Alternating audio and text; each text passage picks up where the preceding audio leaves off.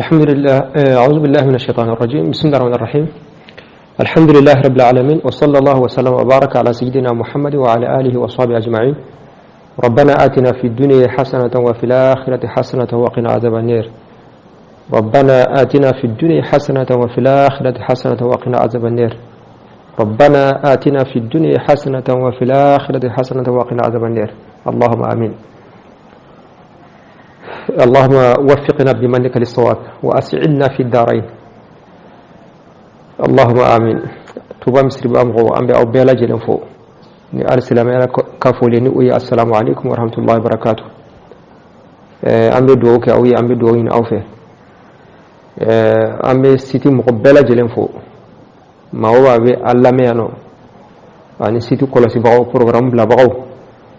ani abe transfert kata groupe la ambe bela jelen fo amba in ala fe ala ka bela jelen nafani ay ala ka abla bela jelen ka mizan hasanat la. Allahumma amin. أمي كم هرسا تشين كيلو لك المقدمة العزية. أمي سيسا الفروض المقدرة وأصحابها على فردا منهم فو نيرو منهم فو أو تشين كولا أني أكانغا دي مغو منهم ما بو أمي كم أودي كاسا بو والهندات من تشين ربي تشوكو منا تشوكو سبا أنيو فو كما هل بي فردا نو ولي بسينا أنغو فردا أو woro ala farda woro de fo nioro woro de fo nin kadi karsama wala na temene na anye sabafo ni uye klanje ani awa klanje ni uwe be rubu uma ya klanje ani awa rubu be klanje ma rubu e klanje nani nai ani aywa asumunu donc anyi nin sabade fo anisfu arrubu asumunu mako wasulusani nafulo klanje sabana fla fardu kulli ithnaini fardu kulli ithnataini wayem musufla ni roy fasaidan wal mamin kachan katime musu flaka tastahiqu ihdahunna an-nisfa ni musunun dola kalime nisfu istihaqi idan faradat nakil intura okma qaida do di amanna sulusani alite di chema sulusani muso drone tay muso jumay ashabu nisfi na folo klanje bi di mu'minuma na bora furucela atobe muso ango oye joni de muso yere wolo de muso ani denke de muso ani ukhtu shaqiqa balma muso fakile bakile an ukhtul abi nimma nani aywa musumaula na fulo klanje kanga dini nunde makafara ashartuka furke udurnay musina ko nim muso menu fleni ni na fulo klanje kanga duma nu kelelo anya shartu fo okuma nakira mo flaisa abike sulusani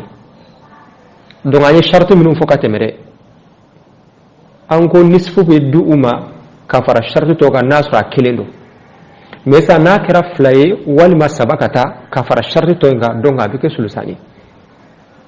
Donc yoro nimin kene kanga nisfuta na kira mo flaye wal ma ka canga temoka okma beke sulusani desa sulusani e kan na folo class abaye ka flata la misali yala niye drome saba niyo class abaye ka flata wala bebe jolima drome fla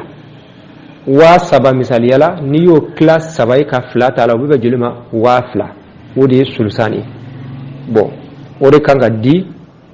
aywa demuso na kera flaye kafara sharti toka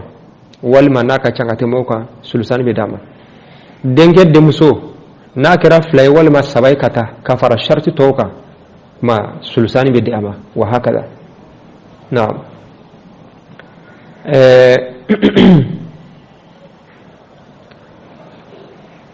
ako wasulusu na folo klanje sabana we farda durnay sulusu ye ka kla sabay ka kilentala comme ni drome saba kla o sulusu ni drome saba kla sabay ka kilentala we drome kile ma drome saba o sulusu o drome kile drome bi saba o sulusu misal yala o drome tanye wa hakada dorome keme sulusu o ye 33 virgule kata o kuma sulusu o ye farda sigoroma durunay o ye joni jontai ako fardul ummi o ye baka farda ye ma'a faqdil hajibi kafara gemba tanyanka o kuma sulusu be di bama ni mo fatura ka wolo bato ban yoro nafolo klanti sabana de ye na ya sur hajibute gemba ye jonye de shuulu de nasoro akera che akera muso sawa nasoro dente shubulo bambato bulu o kuma bataye wa nafolo klanti sabana bambato den fasita bulu a chemante a musumante ma bataye nafolo awa klanje nasoro dembe dron farda be chance o bina nyefe walisnaini ani mafla fasa'idan walima min bo sanfe mafla walima ma sabakata min waladil ummi kabini badena namba fo mako akhul ummi ini min be bala awte fala wodi awaladul ummi walima akhul ummi abe bala drone awte fala mo fana noye mafla bo walma naka changate moka okuma olu fana tayi na fulo klanje sabane ma kanu o mana ke chugo chugo o kera che o kera musoywa wa har nasro chen akira che damaywa o chugo kilino akira muso damaywa sulusudo chenu muso do sulusudo wa olu ta fana wa klari ka kenye wa klari ka kenye na okuma sulusu ye ma flari ni yore ba walima ikhwatul ummi okuma anye bata fo ango bata sharti o sharti kele babe na fulo klanje sabananta ni sharti kele ndoro o sharti kele akasro dende bo sisa ikhwatul ummi ulube sulusuta balma fla wal manaka changate moka ulube na fulo klanje sabananta ni sharti flay sharti folo akasro fati akasro bambato wolo fati ni wolo fa be ndoro o te fensoro uni bako ni mseka chenda ni babe uni bab seka chenda amme wolofa ni wolofa be doro abana ni wolofa rebe balma fansi te chen soro ni wolofa be doro balma fansi te chen soro hadi fakile bakile jango akhul abi wal ma akhul ummi okuma sharti folo akasro fati sharti flana akasro den fansi te denke teyi den chamate amusomate nasro dembe bambato bolodolo ikhwatul ummi sente chena voilà donc avec la charte fly na okuma mofla o le kanga na flok la sabana soro ka fara shartuka kuma sulusani ango o yemma nani voilà anyi nisfu fola mi fo o yemma duru okuma awa rubu clanche nani na o yemma fla nis clanche o yemma duri o foloy clanche nani na o yemma fly no e rubu bon sumunu o yemma kilendro bo klanje sabana fla o ye ma nani klanje sabana o ye ma fla naam okuma farda laba wa sudusu ani sudusu o ye farda woronay o ye woronay sudusu ye jumaye na folo klanje worona ka kila woroy ka kilentala ka kila woroye ka kilin tala naam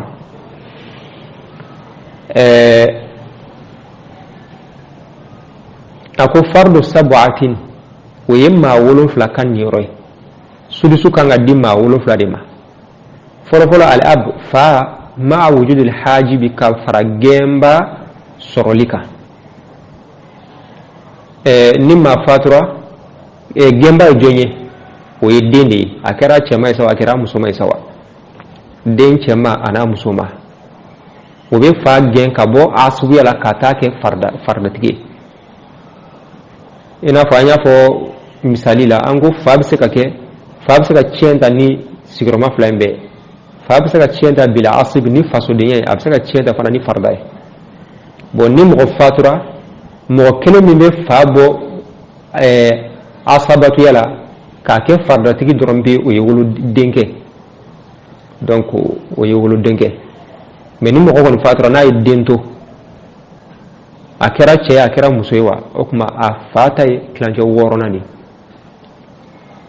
y'a ye bon n'a sɔrɔ denkɛ b'a la o kuma fa ta ye tilancɛ 6nan in dɔrɔn de a banna foyi tɛ se ka far'o kan mais n'a sɔrɔ denkɛ tɛ yen denmuso de bɛ yen toujours fa ka tilancɛ 6nan bɛ d'a ma o kuma ni faridatigiw ka farida bɔra la n'a tɔ tora a bɛ di fa ma tuguni o yɔrɔ la fa bɛ tiɲɛ ta bil fard wa ta'sib naam mais ni denkɛ kɔni bɛ yen dɔrɔn a ta ye farida dɔrɔn de nafolo tɔ bɛɛ bɛ laban denkɛ de ka compte la walima n'a sɔrɔ balimamuso bɛ yen nɔ ka fara a kan naam wal ummi ani ba fana ta ye tilancɛ 6nan ye ma wujudil hajibi ka fara gɛnba kan an ko an y'a fɔ ka tɛmɛ ba ka niyɔrɔ fɔlɔ o ye nafolo tilancɛ 3nan ye kuma nin ye ba ka niyɔrɔ 2nan ye donc ba ka niyɔrɔ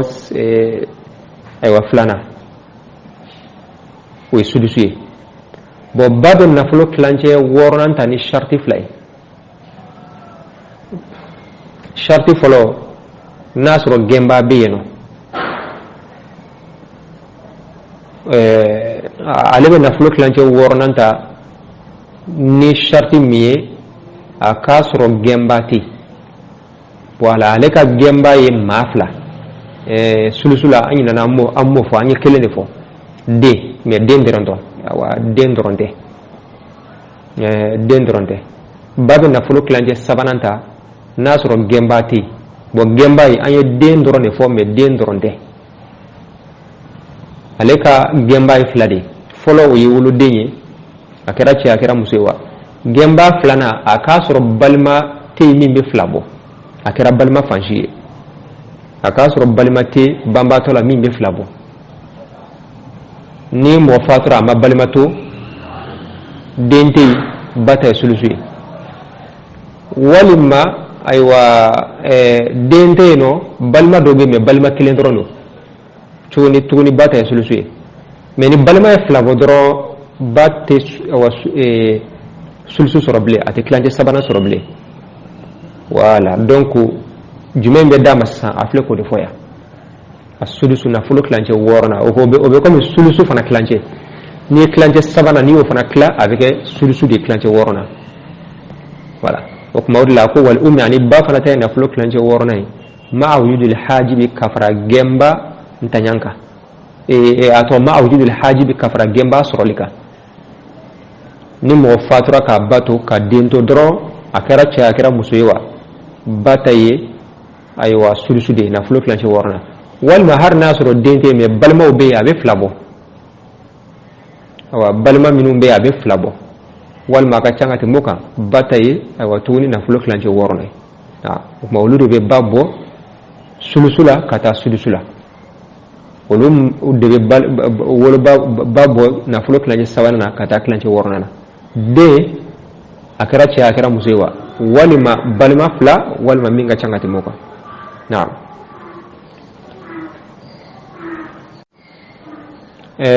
walijadati ani mamuso izan faradati n'a y'a sɔrɔ ale kelen pewu de bɛ yen aw kana ma'aha ukhra walima mamuso tana bɛ yen nɔ ka fara kan tusharikuha n'o bɛ ale wa jɛɲɔgɔn tusharikuha o b'a jɛɲɔgɔnya sudusu la an ko tiɲɛtabamuso la mamuso bɛ tiɲɛ ta fan 2 bɛɛ lajɛlen fɛ baɲanfan fɛ walima faɲanfan fɛ i ba walima i fa ba bon olu ta ye nafolo tilancɛ 6nan de n'a sɔrɔ kelen don tilancɛ 6nan don n'a sɔrɔ 2 yɛrɛ fana don u 2 bɛɛ bɛ yen n'a sɔrɔ o kelen-kelenna de bɛ yen nɔ tilancɛ 6nan don n'a sɔrɔ u 2 bɛɛ yɛrɛ fana bɛ yen maa fatura a mamuso bɛ yen nɔ a ba bɛ yen a fa ba bɛ yen o kuma olu 2 bɛ jɛ nafolo tilancɛ 6nan na o b'a tila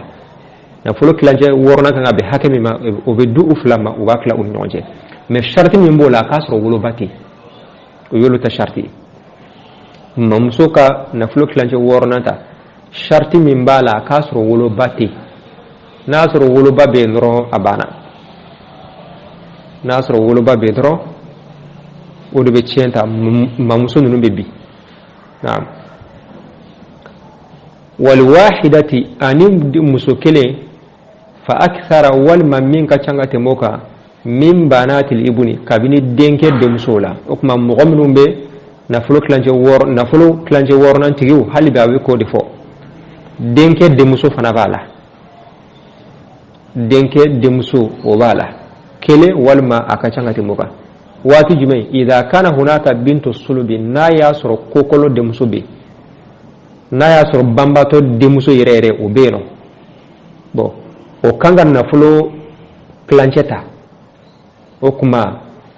bintul ibni denke demuso klanche worna be di alima o ba fo ma ko takmilata sulusai wa fo ma ko takmilata sulusai sulusu flat dafala mo fatura ka demuso to demuso e kelen o sharti demuso e kelen bon demuso kelen men nafolo klancheta ni yoromina o kuma na ya soro denke demuso be na soro denke demuso be no a kelen sawa wal mo kera mo fly sawa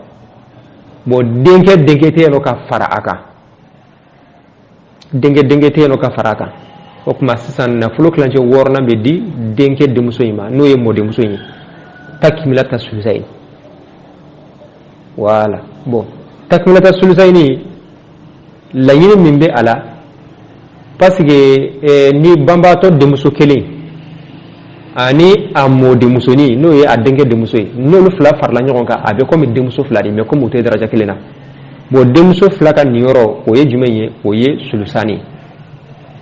demuso fla ka ni yoro o ye nafolo kilaje sabana fla di mais comme nunu te daraja kelena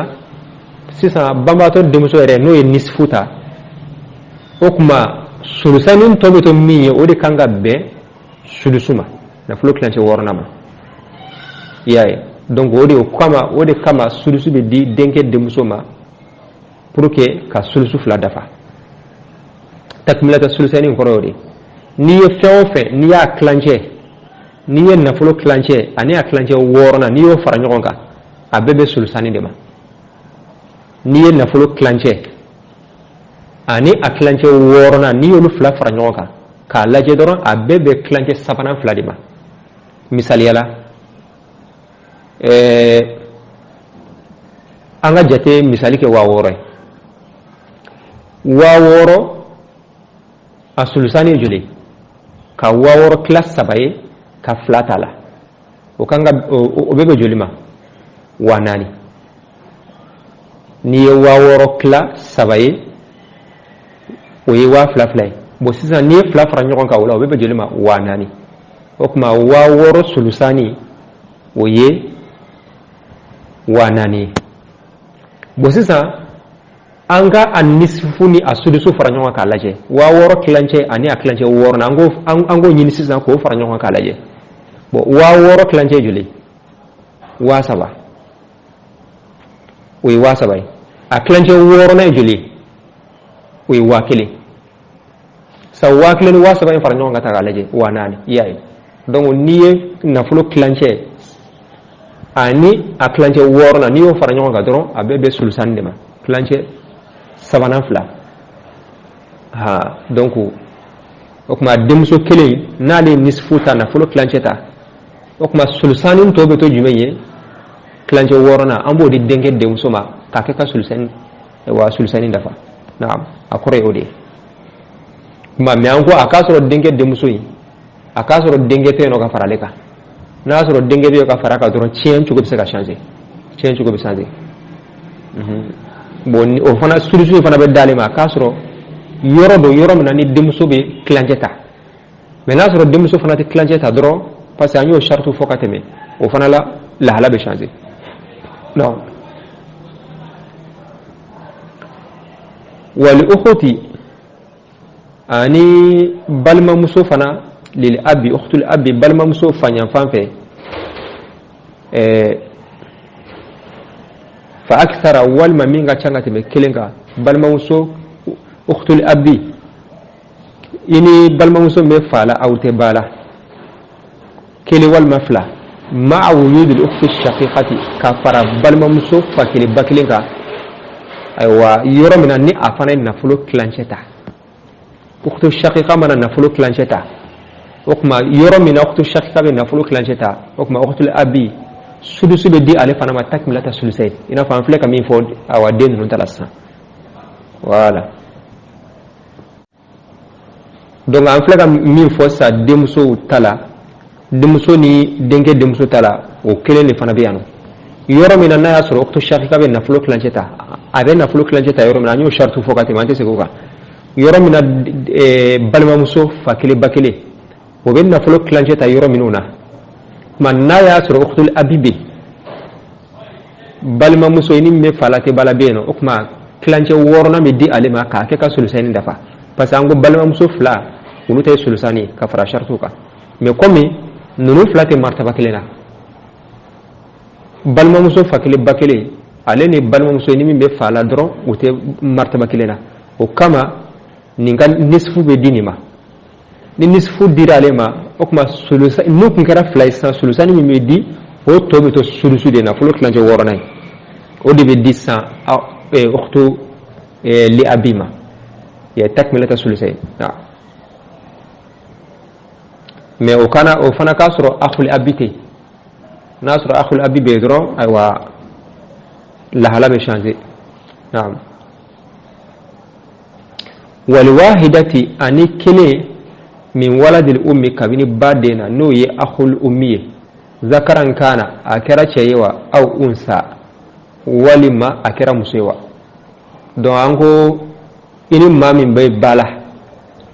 au te fala o ye akhul ummi walima ukhtul ummi anko obe sulusu soro na fulus clanche sabana soro na ya soro fati ewa den fana fanchite mais na ya soro fabe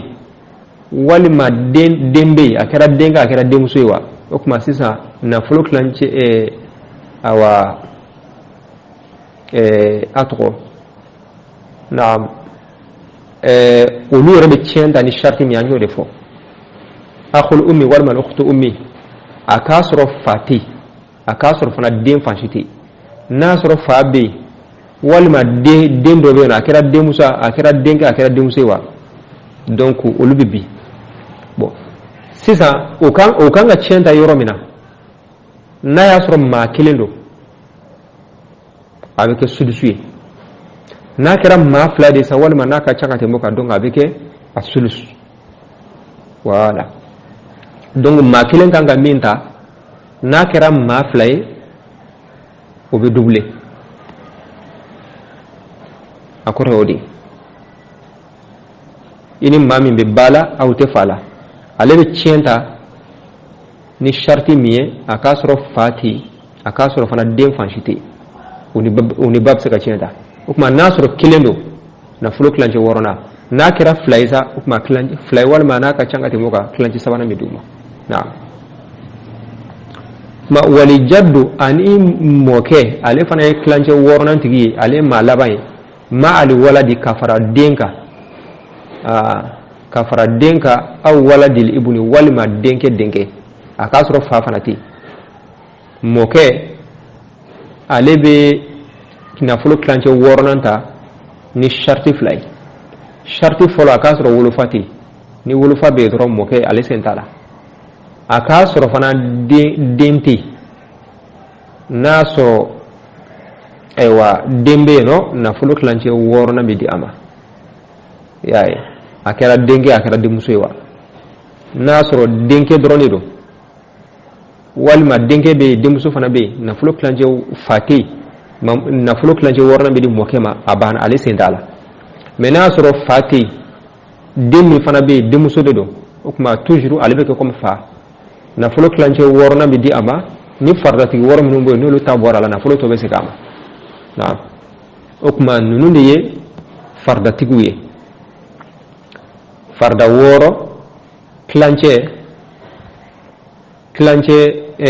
anisfu clanche arubu clanche nanina asumunu clanche sigina asulusani clanche sabana fla aywa asulusu clanche sabana asulusu clanche worona man nindero na kuma utigu fana anyo fo bon ummahat lo ba ko habada baz donc habada baz o ni mami be e hindido habada baz ni mambe hindido hay o ye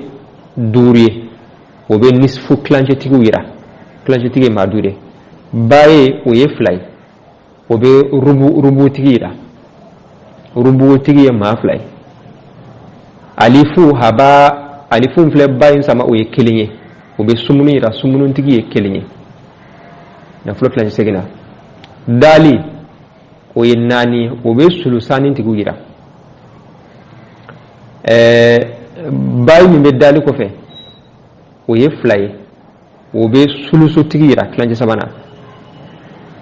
bo zaye o ye labanye o ye wolon fly o be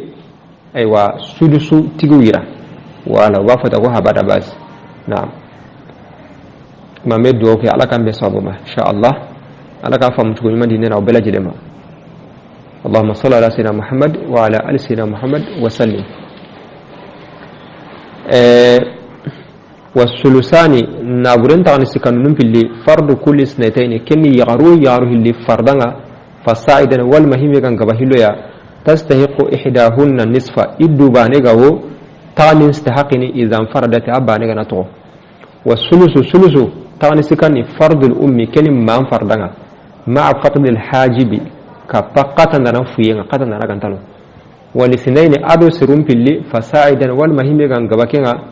من ولد الأم جلم مال منها كنغني أيوة أخو الأم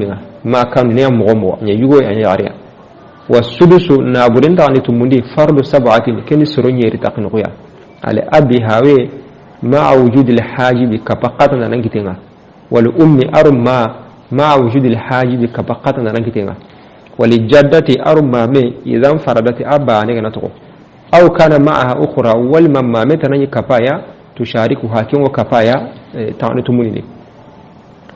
والواحدة أرو يعرمباني فأكثر مهم كان قباباني من بنات الابن جني لن يقول لن يعرمها إذا كان هناك بنت السلب قرنقة لن يعرمها نينو والأخت لأبي أرو واغيار هوانبانا فأكثر باني ومهم كان قباباني مع وجود الأخت الشقيقة كبا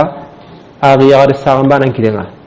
والواحدة أرو سرباني من ولد الأم جلم مال من كان أخو الأم ذكرا كان يويوا أو أنثى والمياري وللجدة أرو كسمه مع الولد كفل منها أو ولد لبن ولما لن يقول لمه أرنا أجمل صوابي اللهم صل على سيدنا محمد وعلى آل سيدنا محمد وسلم والسلام عليكم